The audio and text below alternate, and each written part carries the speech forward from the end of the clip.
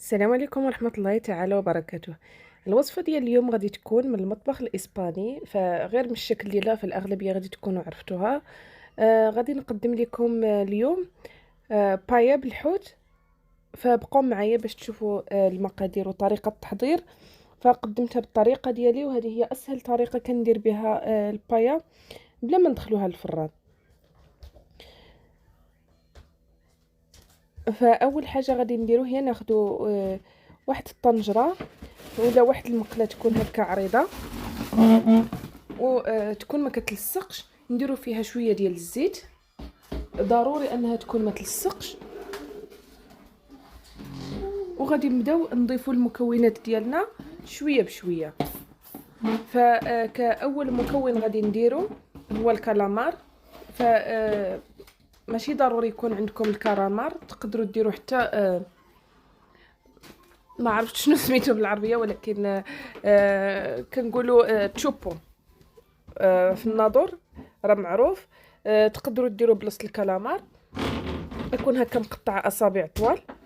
هنايا غادي ملي بدا كيطلق الماء ديالو زدت شويه ديال الزعفران شعره. الا ما كانش تقدروا تستغناو عليه، غير هو كيعطي واحد الطعم زوين. وغادي نزيد معاهم واحد الضمه ديال البنه ديال الحوت، لان كما كتعرفوا هنايا الاغلب ديال الحوت اللي كنشريو كيكون مجمد ماشي طري، فلهذا كنبغيو نعززوا داك الطعم ديال الحوت، ما كيكونش فيهم المذاق بحال الحوت ديال المغرب بطبيعه الحال. فزدت مع واحد الضمه ديال البنات، تقدروا تستغناو عليها، غير هي كما قلت لكم كتزيد كتعطي واحد الطعم زوين للطبق ديالنا. فهنايا غادي نخلط هاد المكونات. فالكميه كتبقى على حسب عدد الافراد وعندكم ميزانكم. هنايا عندي جوج حبات من الجزر، قطعتهم كمكعبات صغار وزدتهم باش يتشحروا. فكنديروا المكونات اللي كياخذوا لينا الوقت في الطياب هما اللي كنسبقوا بهم في الاول، عاد كنزيدوا باقي المكونات. فكنخليهم واحد 5 دقائق يتشحروا مع بعضياتهم. وكنزيد حبه ديال الفلفل الاحمر عفوا. اذا كان عندكم حتى الاخضر تقدروا تزيدوه، انا ما كانش عندي فاكتفيت غير بالفلفل الاحمر. فدرت واحد الحبه قطعتها وزدتها معاهم. وغادي نزيد ندير الجلبانه. فالمكونات كما قلت لكم كيبقاو عندكم ميزانكم، فانا درت تقريبا نفس الكميه من كل حاجه. غادي نخليهم هكا يطيبوا شويه مع بعضياتهم. وغادي نزيد الكروفيت. فمن الاحسن الا كان طري، فانا ما متوفرش عندي الطري، غير هذا ديال الفريغو كما قلت لكم. غادي نديرو هكا يتشحر باش جميع المكونات ياخدوا الطعم ديال بعضياتهم. وغادي نبدا نزيد في العطريه. فهنايا عندي الخرقوم. كنديروا ما ديروش كميه كبيره، لان ملي كنديروا كميه كبيره ديال العطريه فما كنبقاوش نحسوا كاع بالطعم شنو كناكلو. هنايا عندي شويه ديال الابزار. الا كان الابزار الابيض غادي يكون احسن، انا عندي غير الاسود. وهنايا درت عطريه ديال الحوت.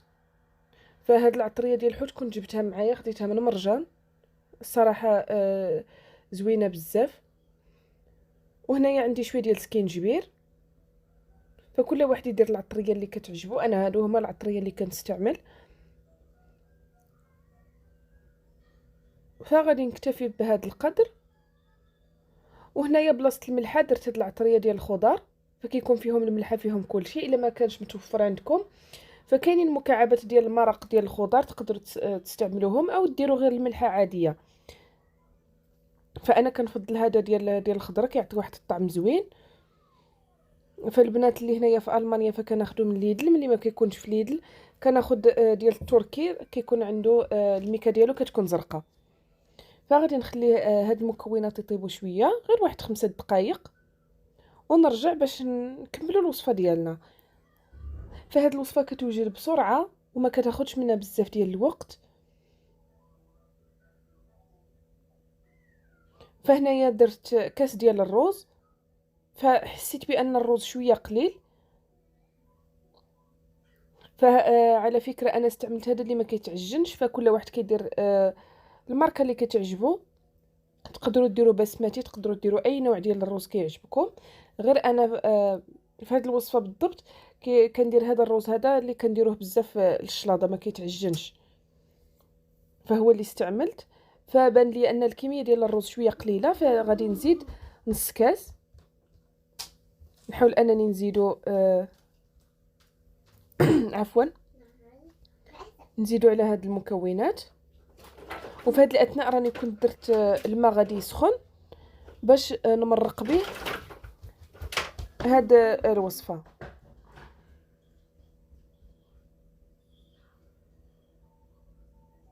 فتقدروا ديروا هذاك القشور ديال الكروفيت، ديروه تسلقوه مع واحد ورقه سيدنا موسى شويه ديال الابزار، من بعد تصفيه هو باش تمرقوا. فانا نسيت ملي كنت كنقشر فلحد داكشي دغيا، ما فكرتش كاع نهائيا. ولكن دائما كندير داك الريوس ديال الكروفيت كنسلقهم وكنصفيهم، هما اللي كندير في المرق. فهنايا كاضافه زدت هاد العطريه هادو ديال البسطيله، كيعطيو واحد الطعم زوين. فبالنسبه للبنات ديال الناظور فهادو كناخذهم عند سفيان، راه في القيصريه في الناظور، كنجيبهم معايا دائما، ما كيخطاونيش صراحه. وكيزيد واحد البنه، لا في البريوات لا في لي سيجار لا في هكا، المهم كاع الاطباق ديال الحوت كنديرهم فيهم. فهنا كما لاحظتوا انني درت كاس ونص ديال الروز، فغادي ندير معاه 3 ديال الكيسان ديال الماء. فكنظن ان كلشي عارف باللي الروز يعني واحد الكميه ديال الروز كتحتاج 2 كميات ديال الماء، فهذه معروفه. وضروري النار تكون مهيله، لان الا درنا النار عليناها فالروز غادي ينشف وما غاديش يطيب. فكنتمنى ان يكون الشرح ديالي يكون سهل. فغادي نخلط، فغادي نخلي هاد يغلي واحد شويه على ما نوجد نقطع الحوت. غير داك الوقت اللي غادي نقطع الحوت باش نضيفو عليه، يعني ما غاديش نخليه واحد المده اللي كبيره. كما كتلاحظوا فصافي راه بدا كيغلي. كنحاول انني نخلط باش ماشي الروز يهبط لي لتحت والحوت يطلع الفوق. بغيت جميع المكونات تنسجم. فانا استعملت هذا الحوت الابيض، فراه متوفر بكثره في الاسواق. فقطعته قطع كبيره لانه ملي كيطيب ما كيشدش راسو، فلهذا تعمدت انني نديرو قطع كبيره هكا وما نحركش الطنجره نهائيا غير في هذه المره الاولى باش ياخذ الطعم ديال التوابل اللي درتو الخضر. فهذه هي المره الوحيده اللي غادي نخلط فيها، لان هذا الحوت كما قلت لكم راه دغيا كيطيب، وإلا خلطوه فما غاديش يبقى يبان. فهنايا بعد ما حسيت ان الروز ديالي وصل نص المده ديال الطياب ديالو، فغادي نزيد ندير هكا. خديت هاد لانغوستينو، بغيت نديرو هكا غير من الفوق كديكور وباش يزيد شويه يعزز الطعم ديال الحوت. فكنت بغيت ندير حتى بوزروق، ما لقيتش. ملي مشيت نتقدى لقيت صافي ما بقاش. فحاولت انني ندير هكا غير تزيين بسيط. وغادي نزيد مع شرائط هكا ديال الفلفله حمراء غير للون وحتى للطعم، لان راه فيه حتى لداخل درنا الفلفله قطعناها مكعبات. والتزيين دائما كيبقى اختياري وعلى حسب المتوفر في كل بيت.